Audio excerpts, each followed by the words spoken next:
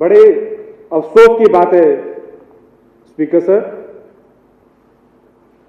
और पहले दिन से ही जब किसान हमारे दिल्ली, हमें पता चला कि दिल्ली के बॉर्डर पे पहुंचे तो माननीय सीएम साहब ने तुरंत आदेश दिया कि भाई जाके देखो, सारे अधिकारी को साथ लेके जाओ, और बहुत बड़ी साजिश भी की कि जितने भी स्टेडियम हैं उनको केंद्र सरकार ने परमिशन मांगी। माननीय मिनिस्टर होम यहां बैठे हैं, परमिशन मांगी। क्यों मांगी? कि जितने भी किसान भाई हैं उनको उठा के स्टेडियम में डाल देना और उसको वहीं की वहीं जेल बना देना। लेकिन इस पूरी सरकार, इस पूरी आम आदमी पार्टी में कहीं ना कहीं हम ये देख पाए और हमने ये महसूस किया कि उनकी जो मांगे हैं बिल्कुल सही हैं। आखिर किसान क्या मांग रहा है? किसान इतना ही तो मांग रहा है कि जो वो अपनी फसल उगाए, और किसान मेरे ख्याल से जितना संघर्ष, और हमने तो बचपन से देखा है, यहां जितने भी माननीय विधायक रूरल एरिया से हैं वो भी, और मेरे ख्याल से हम सब जितने भी सदस्य यहां बैठे हैं कहीं ना कहीं से कनेक्टेड हैं। वो खेत बांधने से लेके ट्रैक्टर के साथ, वो हैरों से लेके, कल्टीवेटर से लेके, उसकी सिंचाई करने से लेके, उसमें जो बीज बोता है, जो खाद डालता है, जो पेस्टिसाइड डालता है, और फिर फसल काटने से लेके उसकी थ्रेशिंग करने से लेके, क्या किसान का इतना हक नहीं कि जो उसने लगाया कम से कम वो उसको मिनिमम सपोर्ट प्राइस के तौर पे उसको वापस मिले? एक तरह से हम कह रहे हैं किसान हमारा अन्नदाता है, किसान भगवान का रूप है, और आज जब 21-22 दिन से किसान जब यहां बैठे हैं तो केंद्र सरकार में किस प्रकार का अहंकार। लेकिन माननीय सीएम साहब ने बार बार ये कहा, और ये चीज फिर मैं दोहरा रहा हूं, इस संघर्ष में, इस लड़ाई में, इस आंदोलन में पूरी पार्टी, पूरी दिल्ली सरकार, माननीय सीएम साहब के नेतृत्व में हम हर प्रकार से किसानों की डिमांड के साथ हम खड़े हैं। माननीय सीएम साहब ने आदेश दिया मुझे कि आप जाइए, सभी अधिकारियों को वहां लेके जाइए और ये गारंटी दीजिए कि वहां किसी भी प्रकार की, वहां चाहे वो टेंट है, चाहे पानी पीने की सुविधा है, चाहे टॉयलेट है, चाहे खाना है, चाहे वहां डॉक्टर्स की पूरी टीम है, और लगातार उसी दिन से इन सब चीजों को वहां प्रबंध किया गया। हमारे जितने भी माननीय मंत्री हैं, विधायक हमारे कितने विधायक जो हैं वो वहां उनके साथ सो रहे हैं, रह रहे हैं, ताकि उनको किसी भी प्रकार की कोई परेशानी ना हो। हमारे जितने कार्यकर्ता हैं वो दिन रात उनकी सेवा करने में, माननीय सीएम साहब वहां खुद गए, एक सीएम बन के नहीं, एक सेवक बन के वहां गए, और उन्होंने खुद निरीक्षण किया कि किसी प्रकार की कोई कमी तो नहीं। जिस भी चीज की वहां कमी अगर मिली तो उन्होंने तुरंत आदेश दिए कि भाई इन चीजों को पूरा किया जाए।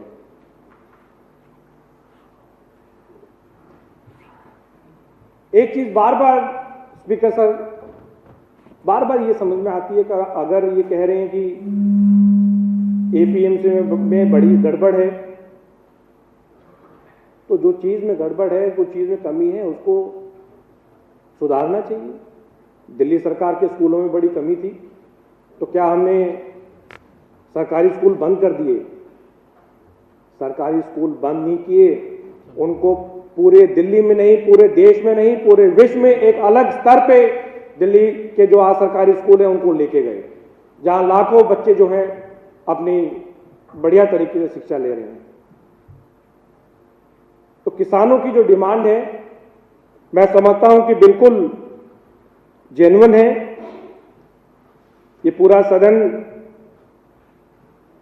दिल्ली सरकार किसानों की हर डिमांड के साथ कंधे से कंधा मिला के खड़ी है, और मैं तो ये कहूंगा कि केंद्र सरकार किस अहंकार में है ये मेरी समझ के बाहर है। लेकिन उनको ये तीनों कानून वापस ले लेने चाहिए और एक नया जो है वो बिल लेके आए जिसमें मिनिमम सपोर्ट प्राइस का मेंशन हो, जिससे कि किसान बढ़िया तरीके से अपनी फसल बिना किसी चिंता के, बिना किसी कॉरपोरेट के भय से बिल्कुल अच्छे तरीके से अपनी फसल बेचे और अपना घर और परिवार चलाए। Speaker sir, with your permission ये रेजोल्यूशन का टेक्स्ट मैं पढ़ने की अनुमति चाहूंगा। हाँ, अनुमति पढ़िए। Taking note of the fact that the Parliament of India has recently enacted following 3 laws, commonly referred as farm laws, which make wide-ranging changes in the existing farm practices throughout the country. A. The Farm Produce, Trade and Commerce, Promotion and Facilitation Act 2020. B. Farmers Empowerment and Protection Agreement on Price Assurance and Farm Services Act 2020. C. The Essential Commodities Amendment Act 2020. Taking further note of the fact that farmers across the country have been agitated with various provisions of these laws, which are considered to be detrimental not only to the interests of the farmers, but also the common man. Taking note of the fact that there is widespread belief that these farm laws have been pushed through the Parliament by the present government in power at the behest of certain corporates, which may ultimately lead to loss of income for the farmers. Taking further note of the fact that large number of farmers have been protesting on the borders in chilly winters, and some of them are also reported to have lost their lives. With the considered view that the farmer community has been extremely agitated at the way these bills have been pushed through in Parliament without any consultation with the stakeholders, without proper voting in Rajya Sabha, and the refusal of the Government of India to agree to the rightful demands of the farmers, and the resolve of the Government of NCT of Delhi to wholeheartedly support the demand of the farmers, this House rejects all the 3 enactments and earnestly appeals to the Government of India that in the interest of the nation, the farm laws passed by the Parliament may be repealed with immediate effect, and separate bill guaranteeing government purchase of all crops at MSP be passed by the Parliament and all other demands be accepted. बहुत बहुत धन्यवाद speaker. संकल्प पर चर्चा और सदस्य चर्चा में भाग ले सकते हैं। श्री महेंद्र गोयल जी। धन्यवाद अध्यक्ष जी, जो आपने एक सेकंड महेंद्र जी, मैं माननीय सदस्यों से सबसे प्रार्थना कर रहा हूँ कि 5 मिनट से ज्यादा का समय कृपया ना लें। धन्यवाद अध्यक्ष जी, जो आपने मुझे इस महत्वपूर्ण बिल के ऊपर बोलने का मौका दिया। देश के अंदर एक सरकार बनाई गई थी जिसके ऊपर बहुत विश्वास किया गया, लेकिन लोगों के विश्वास पर खरा ना उतरते हुए, अहंकार में डूबते हुए, कुछ पूंजीपतियों के हाथ के अंदर देश के किसानों को बेचने का काम केंद्र सरकार ने किया, जो बहुत निंदनीय है। उसको अपोज करने का काम विपक्ष का होता है, लेकिन यहां पर विपक्ष भी फेल रहा है, पुरजोर आवाज नहीं उठा सके। सिर्फ एक ही आम आदमी पार्टी का सांसद ऐसे थे जिन्होंने वो पुरजोर आवाज उठाई किसानों के हित के अंदर, और राज्यसभा से उनको निलंबित भी किया गया। जो भी किसी के हक की आवाज उठाता है तो उसको निलंबित कर देते हैं, जो कि बहुत शर्मनाक है। आज देश के लाखों करोड़ों किसान दिल्ली के चारों तरफ बॉर्डर के ऊपर बैठे हैं, लेकिन इस सरकार के कान के ऊपर जूं भी नहीं रहेंगे। अरे बहुत विश्वास करके बनाया था आप लोगों को, अहंकार में डूब गए हो आप। और मैं आपके माध्यम से कहना चाहता हूं उस केंद्र सरकार को, अहंकार से तीनों गए, अहंकार से तीनों गए, धन वैभव और वंश। और यकीन नहीं तो देख लो रावण, कौरव और कंस। रावण का भी क्या हाल हुआ, पूरे के पूरे कुनबे का सत्यानाश हो गया, पूरे की पूरी जाति का सर्वनाश हो गया। और यही हाल कौरवों का हुआ। 100 पुत्र जन्मने के बाद भी एक भी पुत्र उसके अंदर नहीं बचा। और यही हाल कंस का हुआ।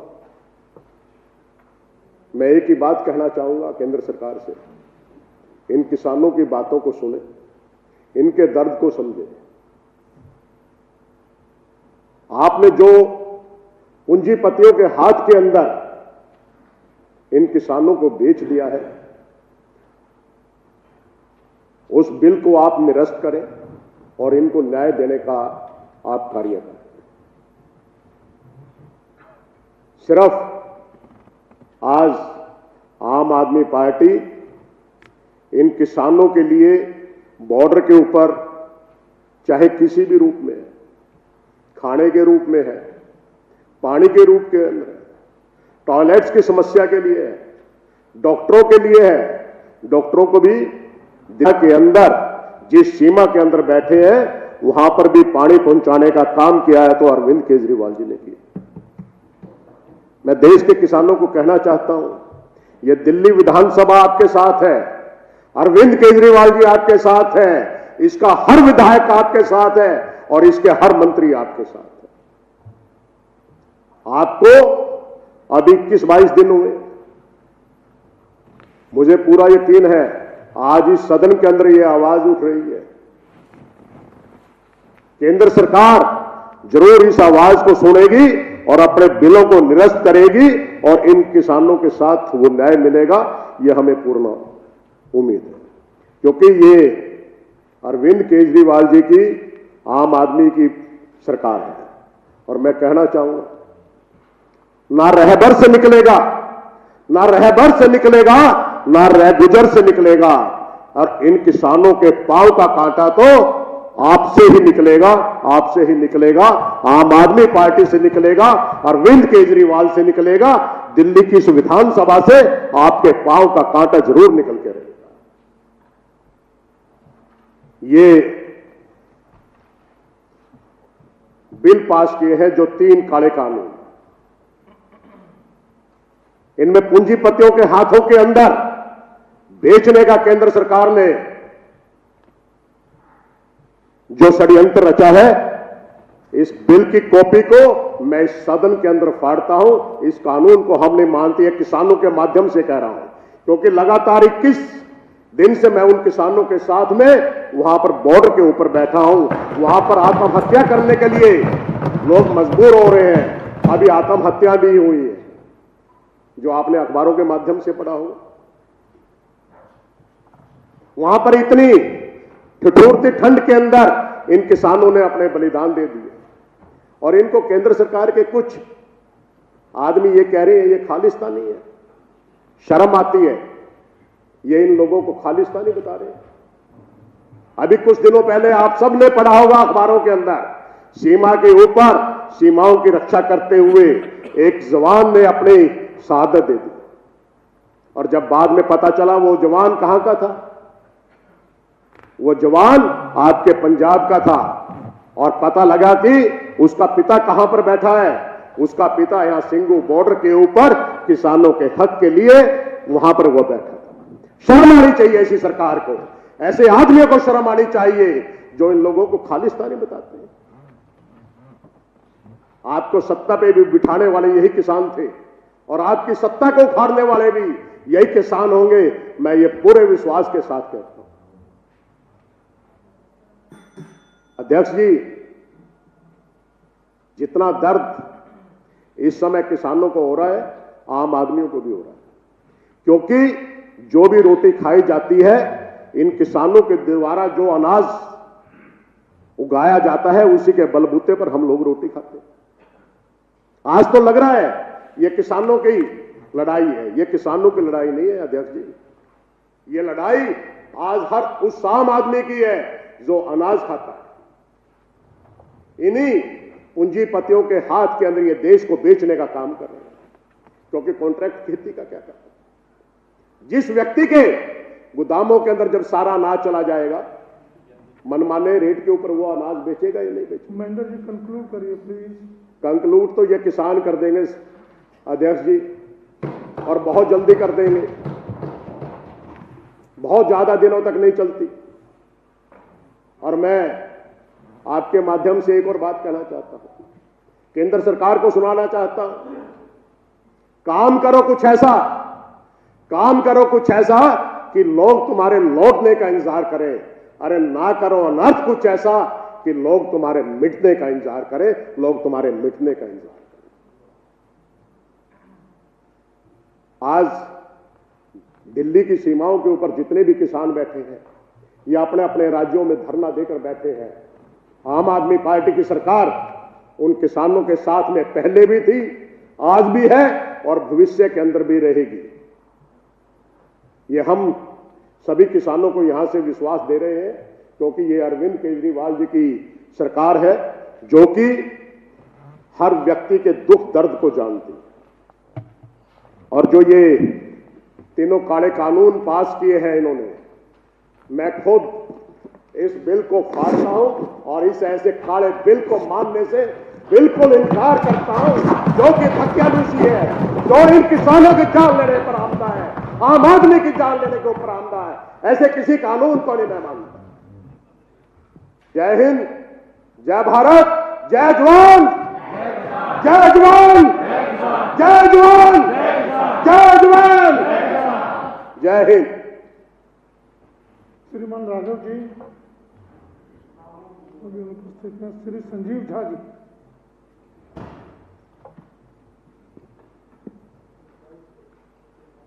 बहुत बहुत धन्यवाद अध्यक्ष महोदय कि आज मुझे ये जो कृषि के 3 बिल जो काले कानून हैं उस पर चर्चा करने का मुझे मौका दिया।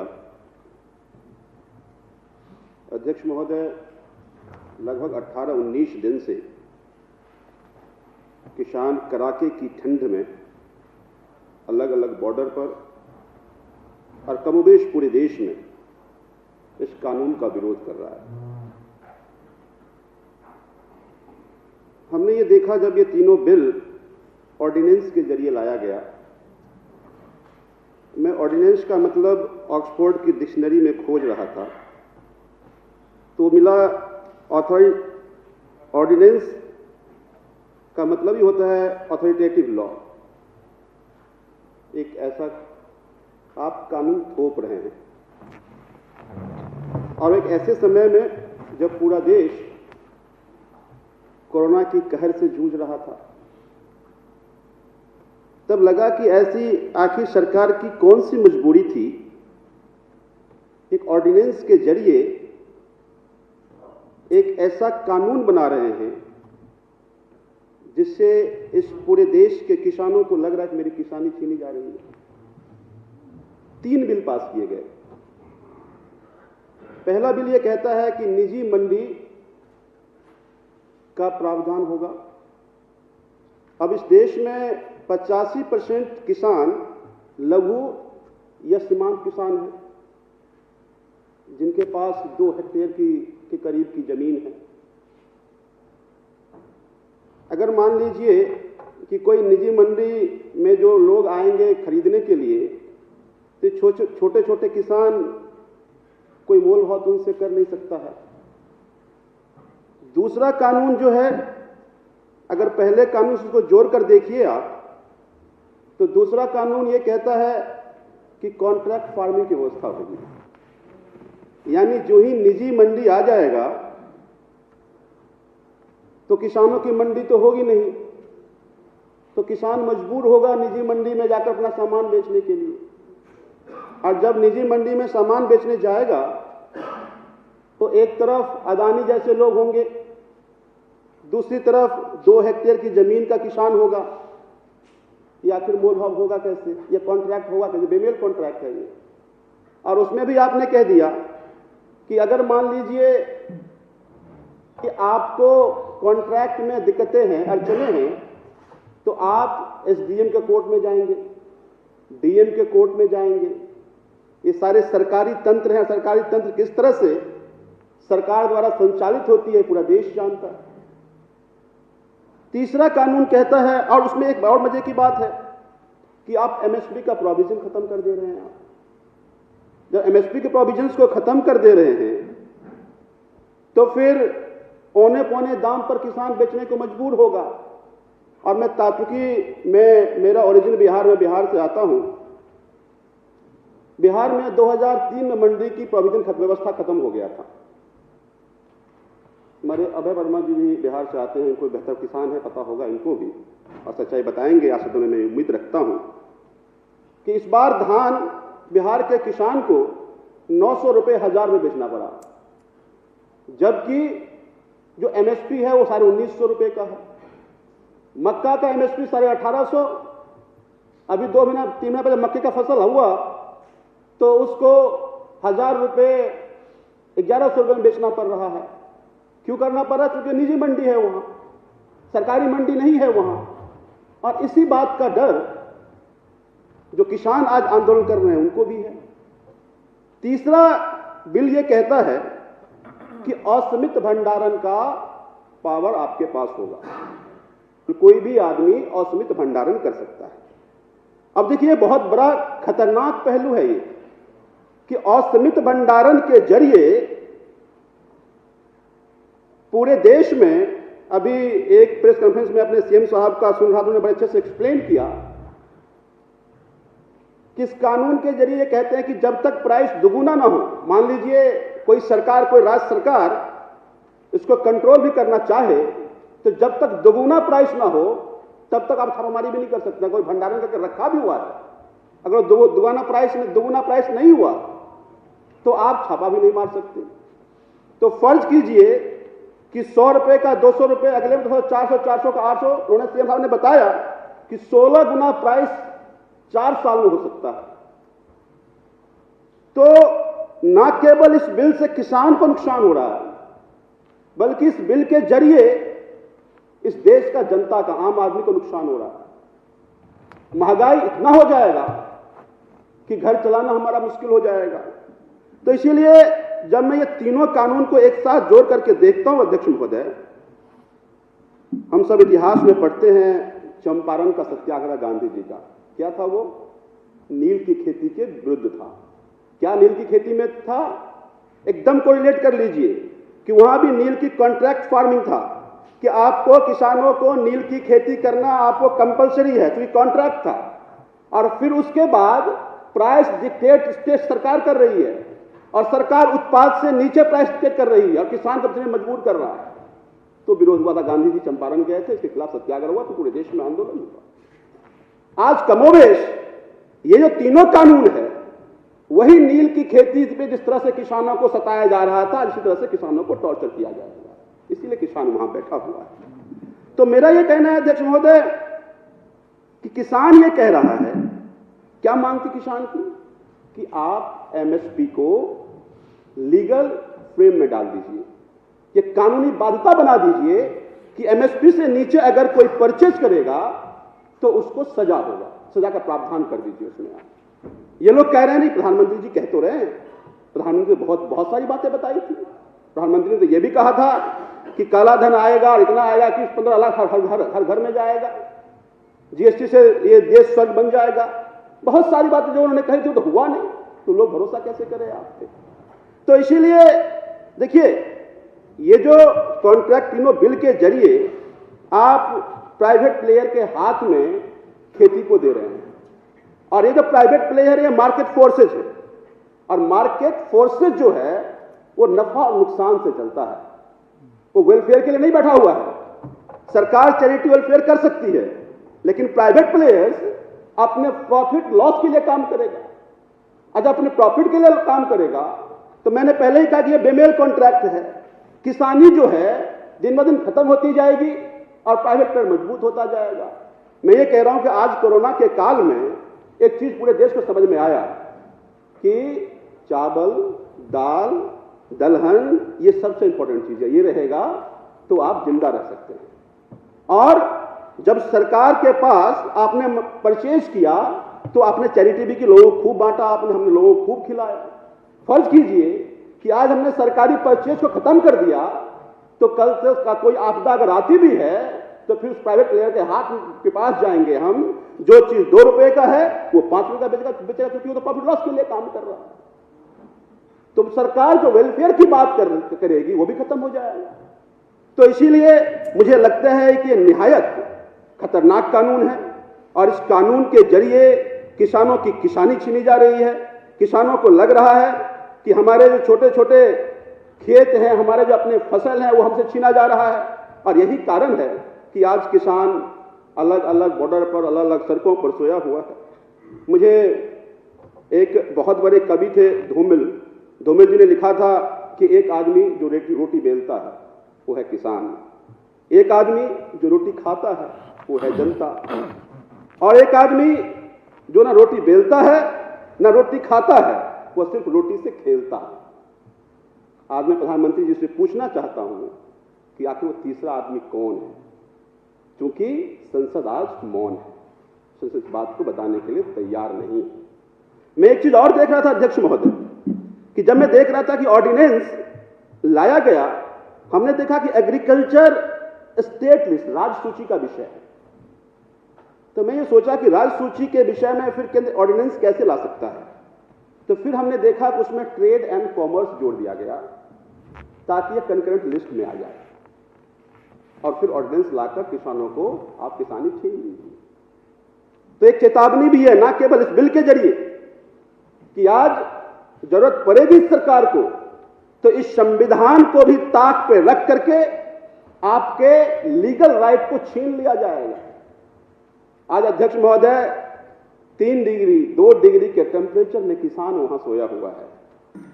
हम अपने घर में आज हीटर लगा करके बहुत सारे लोग अमीर लोग सोते होंगे। आज जो किसान अन्न उगाता है वो सड़कों पर 2 डिग्री 3 डिग्री टेम्परेचर में सोया हुआ है, और इसलिए सोया हुआ है क्योंकि उनके पेट पर लात मारा जा रहा है। जब पेट पर लात मारा जा रहा है तो इस ठंड को ही बर्दाश्त करने के लिए वो तैयार है। लेकिन जिस तरह का केंद्र सरकार का अहंकार, प्रधानमंत्री जी का अहंकार दिख रहा है, इस पूरे सरकार का अहंकार दिख रहा है, यह अहंकार इस जनतंत्र के लिए कोई अच्छा इंडिकेटर नहीं है। और अध्यक्ष महोदय, लगातार मैं देख रहा हूं कि 6 दौर की वार्ता हुई और उस वार्ता में किसानों को समझाने की कोशिश की जा रही है। मैं देख रहा हूं कि पूरी सरकार और पूरी पार्टी अलग अलग किसान सम्मेलन किसान को समझा रहा है कि बिल के फायदे क्या है। अरे किसान सब समझता है कि उसका फायदा कहां है, उसका नुकसान कहां है। किसान को समझाने की जरूरत आपको नहीं है। और 6 दौर के वार्ता में आपने यह भी कहा कि इस कानून में कुछ कमियां हैं, तो जब कमियां आप मान रहे हैं तो वापस क्यों नहीं ले रहे हैं। मैं एक बात दावे से कहकर अपनी बात को खत्म करूंगा अध्यक्ष महोदय, कि ये कानून आज जो अन्नदाता इस सड़क पे विरोध कर रहे हैं और सरकार जो किसान से बातचीत करने का दिखावा कर रही है, यह वास्तव में केवल बातचीत दिखावा है। गुपचुप में बातचीत तो कहीं और हो रही है, और वो बातचीत हो रही है जो इस सरकार के अन्नदाता है। मैं दावे से कह रहा हूं कि जिस दिन इस सरकार के अन्नदाता उद्योगपति मान जाएंगे जिनके दबाव में यह बिल आया है, अगले दिन सड़क पर किसान सोए हुए अन्नदाता सोए हुए बात मान ली जाएगी। तो मुझे यह लगता है कि आज जो हम लोग यहां इस सदन में बहस कर रहे हैं, तो पूरा देश ये देख रहा है कि आज हम सब लोग वास्तव में ये सदन और इस सदन के जरिए देश दिल्ली पृथ्वीराज चौहान के साथ है या जयचंद के साथ है। तो मुझे ये लगता है कि हम सब लोग, और खासकर मैं अपने दिल्ली सरकार के मुख्यमंत्री आदरणीय अरविंद केजरीवाल जी का धन्यवाद इसलिए करता हूं कि इन्होंने कहा कि एक सेवादार बन करके हम सबको जो किसान इस देश के अन्नदाता आए हुए हैं उनका सेवा करना है, उनके साथ खड़ा रहना है। और बहुत सारे हमारे विधायक साथी, खासकर मैं महेंद्र गोयल जी का विशेष धन्यवाद दूंगा कि लगातार 18 दिन से दिन रात वहीं रह रहे हैं और एक कोशिश कर रहे हैं जो अन्नदाता यहां आए हैं उनको किसी दिक्कत का सामना न करना पड़े। और मैं उम्मीद करता हूं केंद्र सरकार से कि अपने अहंकार से दूर होकर के किसान की मांग को मान करके इन तीनों बिल को वापस लेंगे। बहुत बहुत धन्यवाद। बहुत बहुत धन्यवाद। अजय यादव जी, श्रीमान सोमनाथ जी।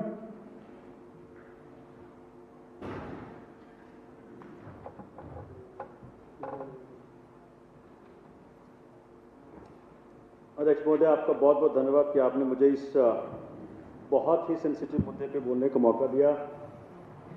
अध्यक्ष महोदय, पिछले 20 दिन से देश के किसान परेशान हैं और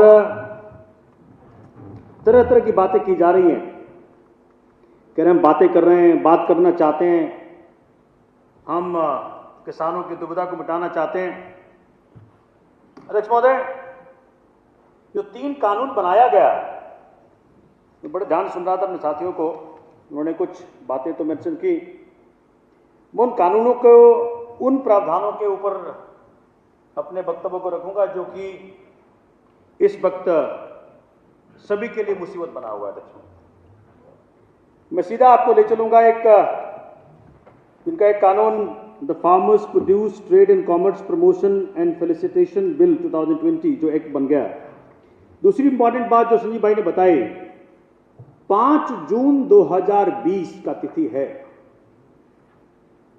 और जब पूरा देश जूझ रहा था कोविड से, जब केजरीवाल जी ये पूरी सरकार लगी हुई थी कोविड को ठीक करने में, जो स्थिति दिल्ली में पैदा हुई थी, जब देश के अंदर लाखों मजदूर साथी सड़कों पे जा रहे थे, पैरों में छाले पड़े थे, तब माननीय मोदी जी क्या कर रहे थे?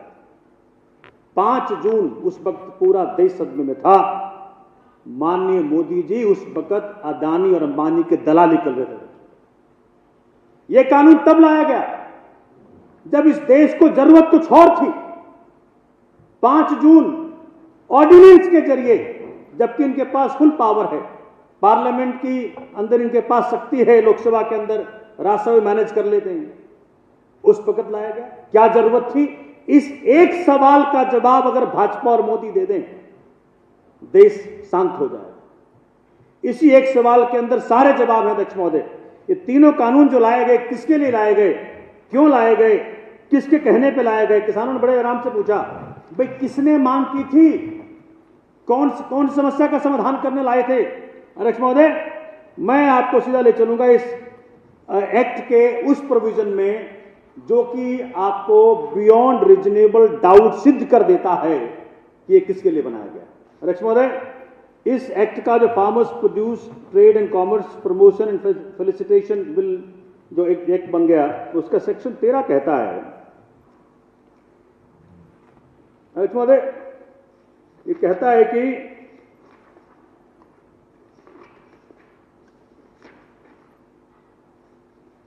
no lawsuit, prosecution or other legal proceedings shall lie against the central government or the state government or any officer of the central government or state government। यहां तक तो ठीक था। उसके बाद कहता है और any other person in respect of anything। ये any other person में कौन आ रहा है? और any other person in respect of anything which is in good faith done or intended to be done under this act or of any rules or orders made thereunder। ऐसा provision almost सब में रहता है, लेकिन उसमें रहता है सरकार के खिलाफ नहीं लाई करेगा, लेकिन इसमें इंक्लूड कर दिया है। ये ध्यान देने वाली बातें साथियों को भी समझ में आना चाहिए। कहता है और no legal proceeding it will lie against any other person, चाहे प्राइवेट हो चाहे पब्लिक हो, इन रिस्पेक्ट ऑफ एनीथिंग। ये कह दिया। तो साफ साफ प्रोटेक्शन दे रहे हैं। किसको प्रोटेक्शन दे रहे हैं? जो इनके चुनावों के खर्चे को अफोर्ड करते हैं, जो इनके लिए बड़े बड़े 100-100 करोड़ के स्टेज बनाते हैं अध्यक्ष महोदय, जिनके लिए 5 जून 2020 को जब देश जूझ रहा था तब ये दलाली कर रहे थे अदानी और अंबानी की, उसके लिए कर रहे हैं अध्यक्ष महोदय। अध्यक्ष महोदय, फिर सेक्शन 15 कहता है, no civil court shall have jurisdiction to entertain any lawsuit or proceedings in respect of any matter, the cognizance of which can be taken and disposed of by any authority empowered by or under this act or the rules made thereunder. तो court का भी exclusion कर दिया। मतलब किसान, in fact this is very interesting, क्योंकि equality can only be discussed among equals. इन्होंने लाके बराबर कर दिया कि किसान अब जूझ लेंगे, एसडीएम कोर्ट चले जाएंगे, जूझ लेंगे जाकर के। तो एक तरफ तो अदानी है, और बड़ी इंटरेस्टिंग वो परसों खबर आ रही थी कि 100 एकड़ की जमीन नथौला है ना हरियाणा में, जहां भी हुआ है, 100 एकड़ की जमीन 2017 में किसानों से धोखेधड़ी से ली गई अदानी के द्वारा। पूरी हरियाणा सरकार खड़ी है। तो 17 में जब ये शुरुआत की गई और 20 में कानून बनाते हैं, इसका मतलब पूरी कॉन्स्पिरेसी है। अध्यक्ष महोदय, जिस व्यक्ति ने इस देश को धोखा दिया कि भारत माता की रक्षा करने आए हैं, उस व्यक्ति ने एक एक करके सब कुछ बेच डाला। और जब हाथ रखा फार्मर्स के ऊपर, तो नेचुरल सी बात है, भारत कृषि प्रधान देश है, और कृषि जो है, जो कृषक है, जो पंजाब, हरियाणा और अन्य राज्यों में कृषक हैं, वो शांति से नहीं बैठने वाले। अध्यक्ष महोदय, 5 जून को ऑर्डिनेंस लेके आए, 14 सितंबर 2020 को पार्लियामेंट में इसको लॉ बनाने के लिए लेके आए। तो सबने देखा, पूरे हिंदुस्तान ने देखा, ये जो बाबा साहब अम्बेडकर को संविधान दिया हुआ है, इस संविधान की कैसे धज्जियां उड़ाई। जब सदन के अंदर, आपके यहां भी जब कोई मांग ले कि भाई हमको तो वोटिंग कराना है, तो वोटिंग कराना पड़ेगा, लेकिन आनंद फानन में ध्वनि मत से पास करा दिया। हमारे सारे संजय सिंह, जितने भी संसद के अंदर बैठे हुए थे, सबने बातें रखी, किसी ने न सुनी, और आनंद फानन में इन तीनों काले कानूनों को, काले बिलों को कानून का रूप दे दिया गया। और 27 सितंबर को महामहिम राष्ट्रपति ने साइन कर दिया, फिर कानून बन गया। ये अध्यक्ष महोदय, इस देश में बोलने वाला कौन है? इनके पास सबकी फाइलें हैं। कैप्टन अमरिंदर पंजाब के मुख्यमंत्री ने पहले जब बोलने के प्रयास किया, वैसे तो जो केजरीवाल साहब ने कहा, वैसे उन्होंने असेंट दे रखी थी, अकालियों के मंत्री ने भी असेंट दे रखी थी। जब पोल खुल गई तो बाद में कहते हैं हम इसके अपोजिशन में खड़े होंगे। तो हाथी के दांत दिखाने को और खाने को और हैं। पहले कोहबर में बैठ करके आपने साथ दिया, किसानों के खिलाफ कॉन्स्पिरेसी रची, और जब थोड़े से बोले तो लगा बोलना तो पड़ेगा। 27 अक्टूबर 2020 को केंद्र सरकार ने कैप्टन अमरिंदर जी के बेटे को ईडी का समन भेज दिया। जब समन भेजा तो दौड़े दौड़े आए। किसके पास आए? माननीय अमित शाह जी के पास है। बोले भैया हमको माफ करो, हम किसानों के साथ नहीं खड़े होंगे, माफ कर दो, कृपया करके ये समन वमन जो भेजा है उसको वापस ले लो। लेकिन जब केजरीवाल जी ने पहले दिन से, बड़ा जिगरा चाहिए आज के तारीख में, मतलब मैं तो कहता हूं कि बार बार मोदी मौका देते हैं हमें कि अपना हम सत्यता स्थापित कर सकें। जैसे ही केजरीवाल जी को कहा कि भाई 9 स्टेडियम दे दो, उन्होंने देख लिया, और हमारे अपने दिन सारे स्ट्रगल के हैं, उनके सारे संघर्ष के दिन गुजरे, और परमात्मा उनको और शक्ति दे। आज तक उनका जो जिगरा पहले का था और कई गुना बढ़ा ही है, घटा नहीं है। ये तो हम सब के लिए बहुत गर्व की बात है कि हमारे नेता, हमारे मुख्यमंत्री ने बार बार उस परिचय, उस चीज का परिचय दिया है जिसकी कि हम सब एक तरह से लालसा रखते हैं कि भाई हमारा नेता 24 कैरेट सोने से भी बेहतर। जब उन्होंने 9 स्टेडियम को कहा जेल बना दो, जब माननीय केजरीवाल साहब ने पैर रख दिया और कहा कि ये अंगद का पैर है, अब ना उठ रहा, मैं ना बना रहा, तुम जो चाहे कर लो। जबकि उनको मालूम था कि दिल्ली अधूरा राज्य है, इनकी बार बार हमें लेनी पड़ती है साथ। लेकिन मैं सलाम करता हूं उस शख्स को जिसने किसानों के फेवर में अपना सब कुछ दांव पर लगा दिया, सब कुछ दांव पर लगा दिया, और कहा कि नहीं बनाते जेल। और उल्टा क्या किया, सबको बुलाया और बोला कि भैया जाओ वहां जहां किसानों को रोक लिया इस लोगों ने, जाओ बगैर टोपी के, बगैर पट्टे के, बगैर बताए कि तू विधायक है कि सांसद है कि पार्षद है कि किस पार्टी से है, सेवादार बन के सेवा करो। इतिहास लिखा जाएगा जब देखा जाएगा, इवैल्यूएट करेंगे उस इतिहास का।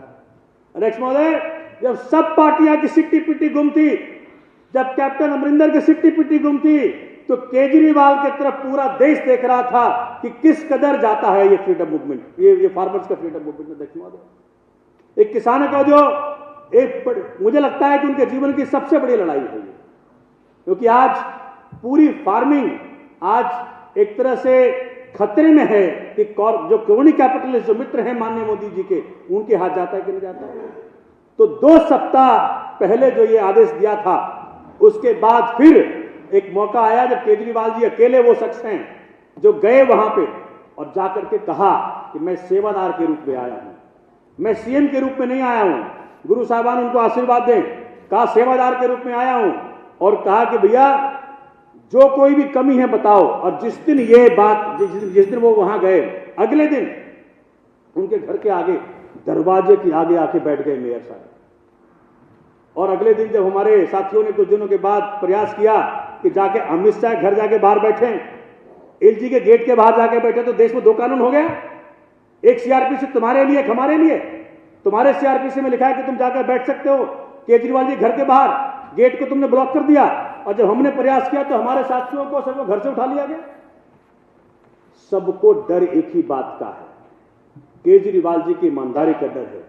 केजरीवाल जी ने जिस तरह से किसानों को समर्थन दिया, किसानों के आंदोलन का साथ दिया, उससे मोदी को बहुत खतरा, और मोदी को लग रहा था कि केजरीवाल साथ देंगे इनके आंदोलन को खत्म करने में, लेकिन उल्टा हुआ। अध्यक्ष महोदय, अध्यक्ष महोदय, मैं एक बात और, चूंकि वो संजीव ने छेड़ा तो था कि जो ये कानून बनाया गया आनंद फानन में, मैं देख रहा था कि इसमें जो संविधान का प्रावधान है, इसमें 3 लिस्ट होता है। लिस्ट 1 जो सेंटर का लिस्ट है, लिस्ट 2 जो स्टेट का लिस्ट है, और लिस्ट 3 जो कंकरेंट लिस्ट है। इसमें जिन प्रावधानों के अंतर्गत ये कानून बनाया गया, जो आपका एक लॉ इनका price assurance and form services act के अंतर्गत बनाया, जो लॉ बनाया गया, वो एंट्रीज 14, 18 और 46 की एंट्री स्टेट लिस्ट की, और एक एंट्री 7 जो कंकरेंट लिस्ट की है। एक भी आइटम लिस्ट 1 का नहीं है। इन्होंने स्टेट के पावर्स के ऊपर असर किया है। इन्होंने फेडरल स्ट्रक्चर जो सरकार का है, जो संविधान देता है, जो बाबा साहब का दिया हुआ है, उसको इन्होंने खंडन किया। अध्यक्ष महोदय, इन्होंने जो एक बनाया farmers produce trade and commerce promotion felicitation act, वो एंट्री 28 का है, लिस्ट 2 जो स्टेट लिस्ट है। और ऑनरेबल सुप्रीम कोर्ट ने बार बार कहा, एक जो बिहार वर्सेस कमलेश्वर सिंह जो जजमेंट था, उसमें पावर ऑफ टॉलरेबल लेजिस्लेशन का मुद्दा उठा था और कहा था which can not be done directly, can not be done indirectly also. तो इस सरकार ने ना संविधान की लाज रखी, ना देश की लाज रखी, ना फार्मर्स की लाज रखी, ना पूरे देश की जो स्वायत्तता है उसकी लाज रखी। तो ये कर क्या रहे हैं? इनकी एकमात्र दलाली हर तरफ से। हम सब साथियों को शर्म आती है जब देखते हैं कि एयरपोर्ट पे क्या लिखा है, अदानी एयरपोर्ट। अदानी एयरपोर्ट लग रहा है ईस्ट इंडिया कंपनी हो गया ये देश। एक मिनट और कंक्लूड, ईस्ट इंडिया कंपनी हो गया। ईस्ट इंडिया कंपनी के तरह हर चीज हवाले किए जा रहे हैं। हर कुछ, एयरपोर्ट भी अदानी का, रेलवे भी अदानी का, अंबानी का। 1965 में जब माननीय हमारे भूतपूर्व प्रधानमंत्री लालबहादुर शास्त्री जी ने उस वक्त कुछ पंजाब के किसानों को कच्छ भेजा था कि भाई जाकर के वहां स्थिति ठीक करो। जरूर स्थिति ठीक कर दी। तो जब मोदी जी सीएम थे उस वक्त उनको वहां से भगाना चाहा, वो लोग हाई कोर्ट गए, हाई कोर्ट ने उनके फेवर में जजमेंट दिया। फिर माननीय मोदी जो पीएम बन गए, उस मामले को सुप्रीम कोर्ट में लेके आए कि भाई पंजाब के किसान गुजरात में ना रहें। यह है किसान का, कहते हैं हम किसान के सहभागी हैं, किसान के हित सोचने वाले साथी हैं। अध्यक्ष महोदय, मैं आज जो एक तीसरा कानून है भाई भंडारण की लिमिटेशन, सोमनाथ अनलिमिटेड वो भंडारण बोल कर दिया। दिया। सोमनाथ और जी, मैं अभी आपके सामने तीनों एक फाड़ूंगा, क्योंकि मैं इसके विरोध में हूं, मैं इससे बहुत आहत हूं। किसान रो रहा है और ये प्रधानमंत्री हंस रहे हैं, अमित शाह हंस रहे हैं। इनको पंजाब के किसानों की चिंता नहीं है, हरियाणा के किसानों की चिंता नहीं है, इनको बंगाल में चुनाव जीतना है उसकी चिंता है। एक क्रोनी कैपिटलिस्ट का साथ ले रहे हैं, खरबों करोड़ों ले रहे हैं, इससे को चुनाव लड़ सके। सोमनाथ जी अब अध्यक्ष करिए, महोदय, प्लीज ये कानून करिए। सिर्फ किसानों का हित नहीं है, ये कानून अहित है सभी का, पूरे देश का। अध्यक्ष महोदय, मैं एक एक करके फाड़ दूंगा। ये वो कानून है जिसमें कहता है हो भंडारण गया असीमित सोमनाथ जी, है। हो गया, ये प्लीज। भंडारण असीमित वाला कानून को मैं यहां फाड़ करके मोदी जी को बताना चाहता हूं कि ये अहित नहीं चलेगा, ये भारत माता की बेइज्जती नहीं चलेगी। अध्यक्ष महोदय, दूसरा कानून भी फाड़ के बता रहा हूं, ये अहित नहीं चलेगा। मोदी जी ये केजरीवाल के साथी हैं, आपके तोता मैना सुग्गा से नहीं डरते हैं, लगा देना जितना लगाना हो। सत्येंद्र भाई हंस रहे हैं कि लगाया था उनके पीछे तोता मैना सुग्गा, क्या क्या लेके आ गया। साथियों, हो गया। ये आपकी फिर ताकत है, हिंदुस्तान में किसी और पार्टी की ताकत नहीं है जो इतने हिम्मत दिखाए कि मोदी के सामने सच रख सके। मैं अपने सभी साथियों का धन्यवाद करता हूं और कहता हूं अपने केजरीवाल साहब को परमात्मा बहुत लंबी उम्र दे, बहुत अच्छा स्वास्थ्य दे। भारत में असली आजादी लेके आएंगे केजरीवाल, ये कैप्टन अमरिंदर से कुछ नहीं हो रहा साहब। आपका बहुत बहुत धन्यवाद। जय किसान, जय जवान, भारत माता की जय, जय हिंद। श्री मोहन सिंह जी बेस्ट।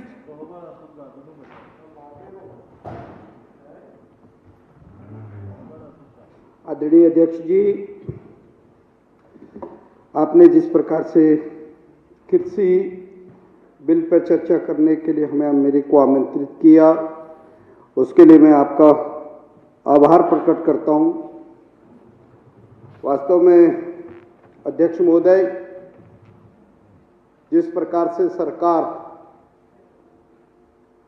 की करनी और कथनी में कितना बड़ा अंतर है, इस कृषि बिल के लिए इस पर चर्चा करने के लिए तो समय सरकार निकालती है, ठीक बात है, लेकिन आज नगर निगम के तीनों मेयर, वहां स्टैंडिंग कमेटी के चेयरमैन, वहां पर अन्य पदाधिकारी आप 13-14 दिन से बैठे हुए हैं, 5 मिनट का समय नहीं निकला सरकार को। इससे बड़ा दुर्भाग्य और क्या हो सकता है। अध्यक्ष महोदय, मैं दूसरी बात, अरे भाई आप सुनने का मादा रखो, आप सुनने का मादा रखो। अध्यक्ष महोदय, ये विधानसभा का सत्र जिस प्रकार से बुलाया गया, सर हमने किसी को इंटरफेरेंस नहीं किया। अध्यक्ष जी, हम सम्मान करते हैं आपकी चेयर का। सर, ये इतना परेशान हो चुके हैं, ये सरकार कृषि बिलों के नाम से और जिस प्रकार से यहाँ पर एक झूठा ढोंग रच रहे हैं। अरे देखिए, सरकार कुंभकर्ण की नीति की तरह, कुंभकर्ण की तरह सोई हुई सरकार है। इस सरकार को नजर नहीं आ रहा है कि अंदर क्या हो रहा है। और अध्यक्ष महोदय, ये बिल कोई आज नहीं आया। सर, मैं रोक रहा हूँ, सर शर्मानी चाहिए सरकार को, इस सरकार को शर्मानी चाहिए। राजनीतिक फायदा उठाने के लिए आज जिस प्रकार का ये सरकार भाई, आप जरा चुप हो जाइए। माननीय सदस्य महोदय, 2 मिनट रुके, बीच 2 मिनट रुके। सर मैं 1 सेकंड रुक जाइए प्लीज, 1 सेकंड रुक जाइए, बैठ जाइए, आप करने दीजिए, हमको जो करना चाह रहे करने दीजिए, आप बैठ जाइए प्लीज। सर प्लीज बैठ जाइए। आनी चाहिए सरकार को, आप शुरू करिए। दिल्ली की चिंता नहीं सदस्य को, दिल्ली के अंदर क्या हो रहा है उसकी चिंता नहीं की है, और जी दिल्ली के लोगों का ध्यान को बांटना चाहते हैं। इनको बोलने दीजिए, जानना चाहता हूँ। सर, जिस प्रकार की यह सरकार की नीति है, बोलने की बारी शर्म करो, चूप करो। इस सरकार की नीति क्योंकि बोलने की बारी करने की कुछ है। उनकी बात का जवाब दीजिए तरीके से। बहुत ही हो गया। सर, मैं आपसे निवेदन करना चाहता हूँ। आपकी तरफ से हो रहा, उनको मैंने शांत कर दिया सर। नहीं, बिल्कुल नहीं, सही कहा मैंने। तुम इतनी देर से हमको कोस रहे हो। अब आप नहीं बोलने दे रहे हो। मैं बिल्कुल सही बोल रहा हूँ। मैं तथ्यों के आधार पर बोल रहा हूँ। अखिलेश जी, अगर आप चुप नहीं बैठेंगे मुझे मजबूरन केजरीवाल, दिल्ली का 13,000 का बजट है, वो शांत बैठे। सम्मानित किया सरकार को। अब वो शांत बैठे, बिल्कुल नहीं। तो फ्रूटफुल ये इस प्रकार के आरोप और प्रतिरोध लगा रहे हैं।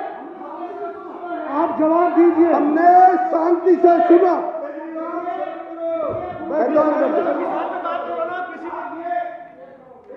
देखिए, एक सेकंड, अब बैठिए प्लीज, प्लीज बैठिए, बिजली जी बैठिए प्लीज। मैं सभी माननीय सदस्यों से प्रार्थना कर रहा हूं कि वो अपनी बात रखेंगे। उसके बाद हमारे सत्ता पक्ष के सदस्यों का बारी आएगी, वो उनका उत्तर दें। सदन शांतिपूर्वक चल रहा है बिजली जी, उसको शांतिपूर्वक चलने दें, मर्यादा बना के रखें। उनको जो बोलना है बोलने दीजिए। हम शोर ना मचाएं, हमें अधिकार है पूरा उत्तर देने का। एक एक शब्द नोट करके बारी आएगी, अभी हमारे सदस्यों की भी बारी आ रही है सत्ता पक्ष से, वो अपना उचित उत्तर दें उसका। धन्यवाद। अब उनको बोलने दीजिए। नहीं बिजली जी, अब मैंने बोल दिया, अब उनको बोलने दो प्लीज। आदरणीय अध्यक्ष जी, अब कोई नहीं बोलेगा, मैं प्रार्थना कर रहा हूं। आदरणीय अध्यक्ष जी, उनको बोलने दीजिए जो बोल रहे हैं।